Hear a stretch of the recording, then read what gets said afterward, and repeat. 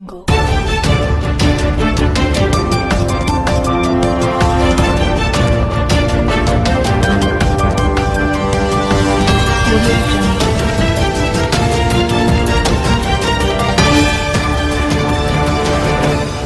It's Exposed Time News. आज हमारे मेहमान हैं हाफिज़ मोहम्मद अरशद रफ़ीक साहब। आप मुहिबानी कराची के चेयरमैन भी हैं और औरंगी टाउन में एक स्कूल है इकरा रियल इस्टेट के नाम से, उसके ऑनर हैं। रियल इस्लामिक स्कूल, उसके ऑनर भी हैं। तो आज हमारे गेस्ट हैं, अवर गेस्ट में हम इनसे कुछ सवालात करेंगे और उसके देखें क्या कहते हैं। हाफिज़ साहब, आपने यहाँ तक का सफ़र किस तरह तय किया? आउज़ु बिल्लाहि मिनश शैतानिर रजीम, बिस्मिल्लाहिर रहमानिर रहीम। अल्हम्दुलिल्लाह, मेरा ताल्लुक़ जिस तरह से हसन रज़ा बुखारी साहब ने बताया कि मुहिबानी कराची सोशल ऑर्गेनाइजेशन से है और हम अल्हम्दुलिल्लाह हमारे 3-4 कैंपसेस यहाँ पे चल रहे हैं इकरा रियल इस्लामिक स्कूल के नाम से। तो सर ने ये बात कही कि ये सफ़र कैसे तय किया, तो मैं यही अर्ज़ करना चाहूँगा कि ये पुरखार रास्ते हैं और इस पे चलना भी है और अपने दामन को बचाना भी है। इस तरह से इस सफ़र का आगाज़ किया गया। इकरा रियल इस्लामिक स्कूल की अगर बात करूं तो आज से 2002 में इसका बाकायदा आगाज़ किया गया, जबकि मुहिबानी कराची सोशल ऑर्गेनाइजेशन पिछले 2 सालों से अपनी खिदमात को अंजाम दे रही है। मुहिबानी कराची सोशल ऑर्गेनाइजेशन ने इस मौके पर जब ये हादसा रौनुमा हुआ, ये लॉकडाउन की सूरत में, तो ये हमने एक इजलास बुलाया पूरे कराची सतह के हमारे तमाम अज़ला के लोगों ने, और इजलास में ये फ़ैसला किया गया कि हम में से हर कोई अपने अज़ला में रहते हुए, अपने ज़िले में रहते हुए मखलूक़ खुदा की आमतुन्नास की खिदमत करेगा।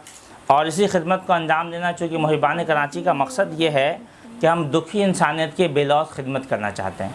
तो हम में से हर कोई इस इरादे के साथ बाहर निकला और दुखी इंसानियत की खिदमत में लग गया, जिसमें बिलखुसूस जिन उमूर पर मुहिबानी कराची काम कर रही है, तो इसमें रोज़ाना की बुनियाद में किए जाने वाले राशन, मास्क, ग्लव्स वगैरह की तकसीम कारी है। इसके अलावा पके पकाए खाने हमारे मुख्तलिफ़ अज़ला में हमारे टीम मुहिबानी कराची के डिस्ट्रिक्ट के लोग माशाल्लाह खाने, जो ऐसे अफराद हैं जिनके पास खाने पीने की तंगी है, उनको फराहम कर रही है।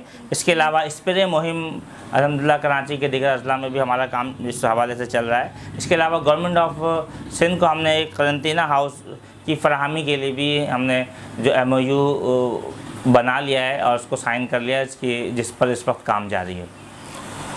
अच्छा, मुझे आप ये बताएं कि आप चूँकि कि स्कूल चला रहे हैं और माशाल्लाह बहुत अच्छा स्कूल है आपका, तो फिर इस दौरान मुहिब कराची की जो तंजीम है, इसकी ज़रूरत आपने क्यों महसूस की?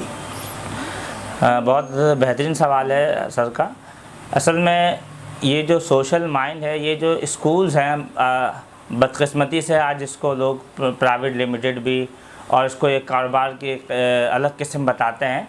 तो मैं ये ज़रूर कहना चाहूँगा, ये जो तालीमी इदारे हैं, असल में ये एक सोशल इदारा है जो समाजी लोगों के साथ, जो सोशल एक्टिविस्ट, जो सोशल काम करने वाले लोग हैं, ये उनके विज़न और उनके काम जैसा एक इदारा है।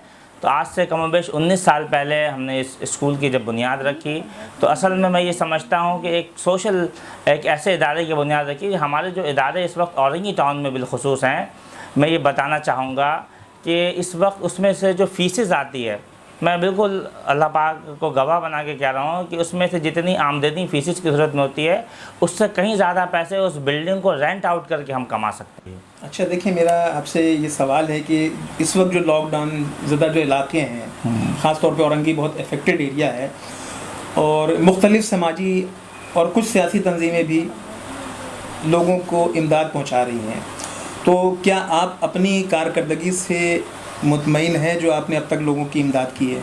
सही भाई, ये जो लॉकडाउन का सूरत चल पड़ा, तो इसमें मैं ये कहूँगा जो काम चल रहा है, सबसे पहले जो मसाइल अभी इस वक्त दरपेश हैं कौम को, उसका मैं जिक्र करना चाहूँगा।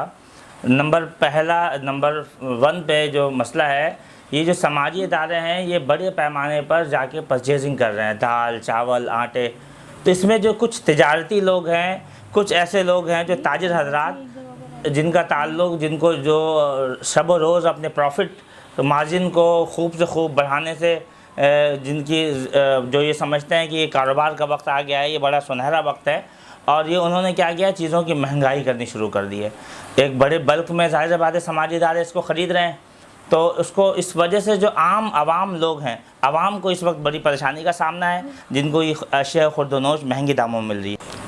अच्छा, मेरा ये सवाल है कि आप हमारे एक्सपोज टाइम न्यूज़ चैनल में आए हैं, तो आप इस हवाले से कोई पैगाम हुकूमत को और आवाम को और बिलखसूस उन लोगों को जो साहिब हैसियत हैं कुछ कहना चाहेंगे? बिल्कुल, मैं ज़रूर कहना चाहूँगा। एक बात तो बहुत इम्पॉर्टेंट है कि आगे है रमज़ान मुबारक, कोई 6 दिन के बाद, आज से 6 दिन के बाद रमज़ान मुबारक है। और मैं अगर हुकूमत वक्त की बात करूं तो सबसे पहली बात मैं ये अर्ज़ करना चाहूँगा कि भाई आजकल एक नारा लगा हुआ है कि भाई कोरोना से डरना नहीं, लड़ना है, इससे जंग करना है। तो मैं ये बताना चाहूँगा कि भाई हम किस खाम ख्याली में मुब्तला हैं। ये अल्लाह का अज़ाब है। अल्लाह के अज़ाब से जंग नहीं किया जाता, अल्लाह के अज़ाब से लड़ा नहीं जाता, अल्लाह के अज़ाब से पनाह मांगने की ज़रूरत है। इस वक्त जो मुल्कों में ये अज़ाब हम पर हमारे अमाल के सबब या अल्लाह पाक के आजमाइश के तहत ये आया है, तो इससे लड़ने के लफ्ज़ को भाई हमें क्या हो गया, हम किस जावे में बह निकले कि हम इससे लड़ने का नारा लगा रहे हैं। असल में अज़ाब से अल्लाह की पनाह मांगी जाती है। कौम को आज मैं एक्सपोज टाइम न्यूज़ के तवस्सुल से जो पैगाम देना चाहूँगा कि ये वक्त जो है वाकई बहुत संगीन वक्त है। इस वक्त में तमाम समाजी इदारों को, तमाम सियासी इदारों को एक प्लेटफॉर्म पर खड़े होकर अपने मुल्क और कौम के लिए सफ़ बस्ता होकर जद्दोजहद और मेहनत करने की ज़रूरत है। और जो भी प्लानिंग के तहत जिन इलाकों में, कराची की बात मैं बिलखुसूस करूँगा कि ये जो तकसीम कारी समाजी इदारों की तरफ से हो रहा है और इनके पास कोई ख़ास डाटा की सूरत में गवर्नमेंट की तरफ से नहीं गया, जबकि आप ये समझें कि गवर्नमेंट के पास बेहतरीन डाटा मौजूद है। अभी सेंसर भी हुआ है माजी में, तो गवर्नमेंट को पता है कि कहाँ पे कितने लोग हैं। तो ये जितने इदारे काम कर रहे हैं, अगर इनकी आपस में एक मीटिंग करा दी जाए और इसमें इलाके का तयन कर लिया जाए कि किन इलाकों में कौन से लोग काम कर रहे हैं और उसमें क्या काम करने की ज़रूरत है, तो काफ़ी बेहतरी आ सकेगी। क्योंकि एक ही इलाका जिसमें एक कोई इदारा कुछ बांट कर जा रहा है, हम कहीं बांट कर जाते हैं, पीछे से कोई इदारा दूसरा भी आकर वहाँ बांट रहा होता है, फिर तीसरा भी इदारा उसी जगह पर बांट रहा होता है।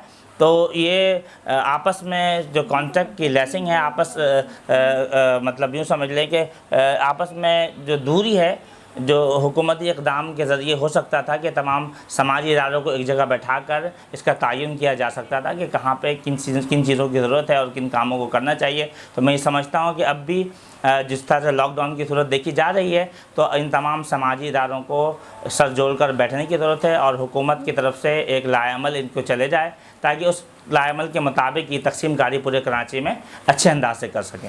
थे जनाब हाफिज़ मोहम्मद अरशद रफ़ीक साहब, आप ना सिर्फ मुहिबानी कराची के चेयरमैन हैं बल्कि औरंगी टाउन में एक बहुत खूबसूरत इक़रा रियल इस्लामिक स्कूल के ऑनर भी हैं और उससे ज़्यादा एक खूबसूरत इंसान हैं और लोगों को गुरविदा करने का फ़न जानते हैं। तो मैं आपकी आमद का बहुत शुक्रगुज़ार हूँ हाफिज़ अरशद साहब। बहुत शुक्रिया।